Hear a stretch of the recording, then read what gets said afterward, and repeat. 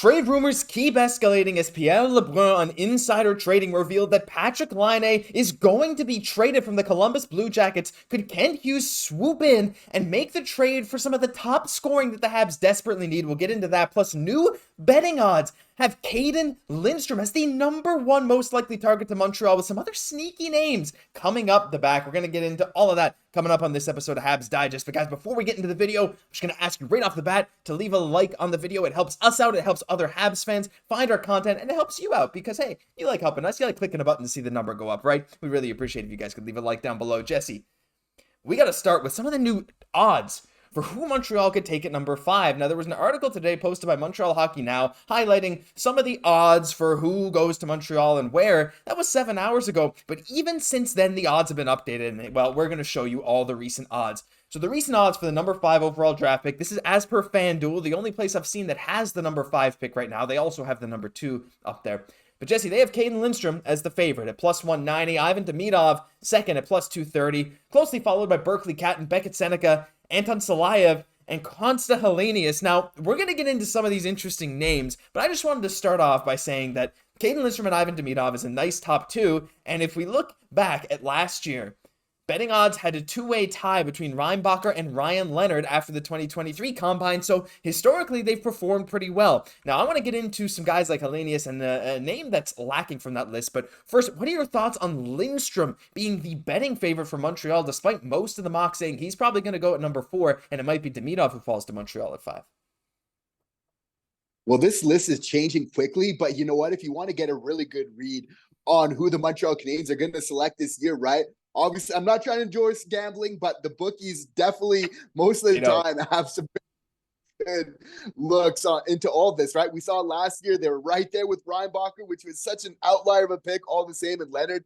And this year, too, I'm so happy, though, that the 2 top players that we're having, selected for us, the highest probability, Demidov and Lindstrom. This is an ideal world, and what's helping this so much is we're seeing Leshunov is the betting odd favorite to go number 2 right to Chicago there. So that's going to be the big caveat in all of this, is making sure that we have one of those 2 players, which would be so big for the Montreal Canadiens. But I feel like as it is right now, like it's going to be going down to the wire. Like I'm talking like minutes before Kent Hughes steps up to that podium. If Demidov and Lindstrom are both available between these 2, who they're going to pick, like it is going to come down right to the wire. Yeah, it's going to heavily depend on what happens at number 2. And honestly, that's probably why the bookies have Demidov lower than Lindstrom, just because he's probably getting a lot of bets to go number 2, because it's between him and Levshunov, where someone like a Lindstrom is much more likely to go at 4 or 5. So it's very interesting all the same. But yeah, it's going to come down to that. But Jesse, there are some sneaky names here as well. And I want to go back to this list. Konsta Helenius sneaking in at number 6. Anton Salayev, I mean, of course, if he's available and the 2 other forwards are gone, he is a smooth skating 6'7", 18-year-old. He is insane. But Helenius is a guy that we don't talk too much about. I'm going to show you guys also the other guys who are lower on this list. All defensemen, Boyan, Parik, Dickinson, Yakemchuk, and Levshunov. Not going to get too much into them. But Konsta Helenius, Jesse, one thing that surprised me, and he's a guy we don't talk about too much, but he's kind of a jack of all trades, right? He is a guy that is not the best skater, the best playmaker, the best goal scorer, but he's very good at all these things. He's a great playmaker, great defender. He's 5'11", 190, but he's strong and wins a lot of puck battles. They have him here at number 6, and I do like him as a prospect, but they don't even have Tisha Iginla. As of the writing of the article from Montreal Hockey Now this morning at about 10 a.m., Iginla was there at number, I believe, 4 or 5, and now, when we checked just before the video, he has disappeared from the list. I don't know if this is just some weird bug, or if Helenius, for some reason, there's been an influx of bets on him and people pulling their bets on Iginla. This is a bit surprising to me to have Helenius over a guy like Iginla. It is, right? Because so much of us, our Habs fans, we love Tisha Iginla so much, right? But, definitely I get where it's coming from with Konsta Helenius. You have to feel like he's going to go early in this draft, just because he's such a safe bet to be a really solid NHL player. Just like how David Reinbacher was a really kind of safe bet in a lot of ways.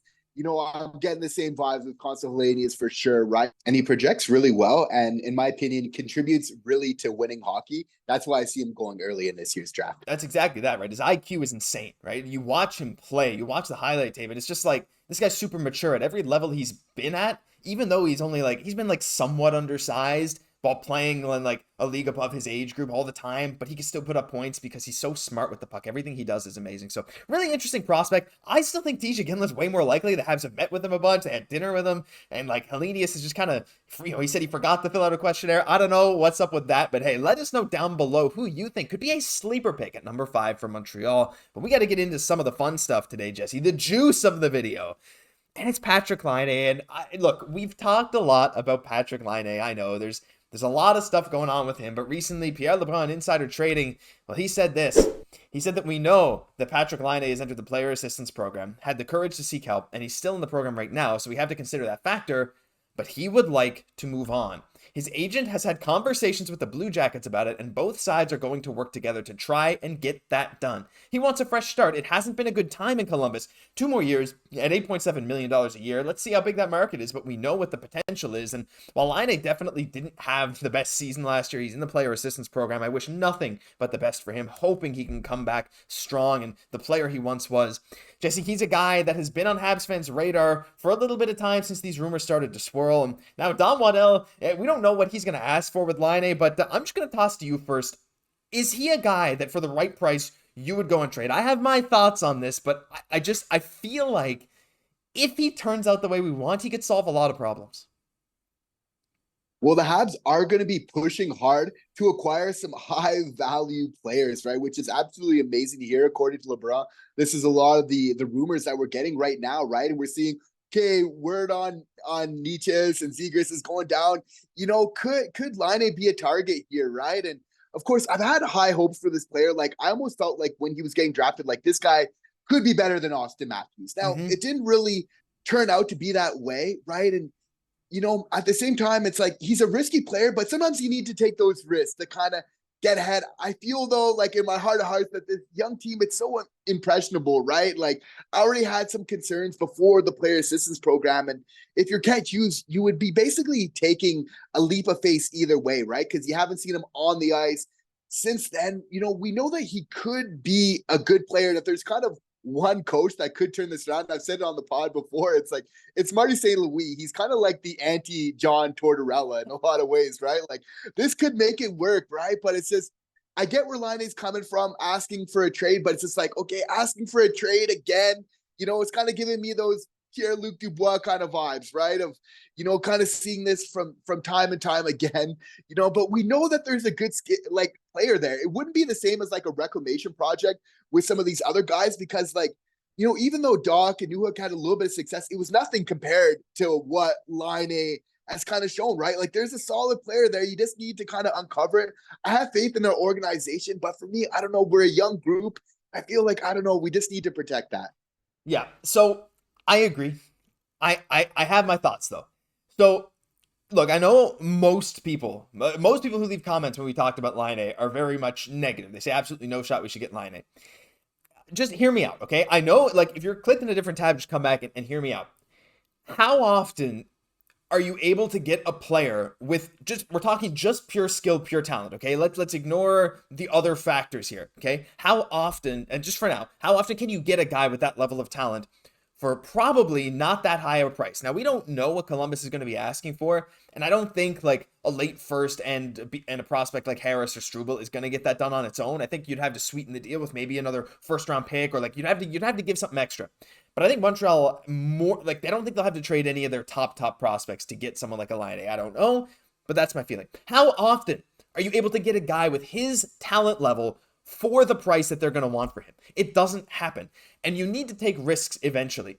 If I'm Kent Hughes and I can trade like a number of picks and some solid prospects without giving up a top tier prospect, I do it in a heartbeat. I know we have problems. I know we have problems with Patrik Laine. I know that he might never be healthy. He may not. Who knows how he's going to come back from the player assistance program. I know he's making $8.7 a year for the next 2 years. He'd be the most expensive player on the team. And then he's going to need a contract after that. And he's going to be an unrestricted free agent. But I mean, if you look at these lines, and you got to imagine putting Dach and Owen here as well. This was just the end of season lines. But you put Laine, say, on the second line with like a Dach and then someone like a Demidov right away. Like Dach, Laine, Demidov, Caufield, Suzuki, Slafkovsky. That is an incredible top six, right? To get this kind of talent, you have to take a risk eventually.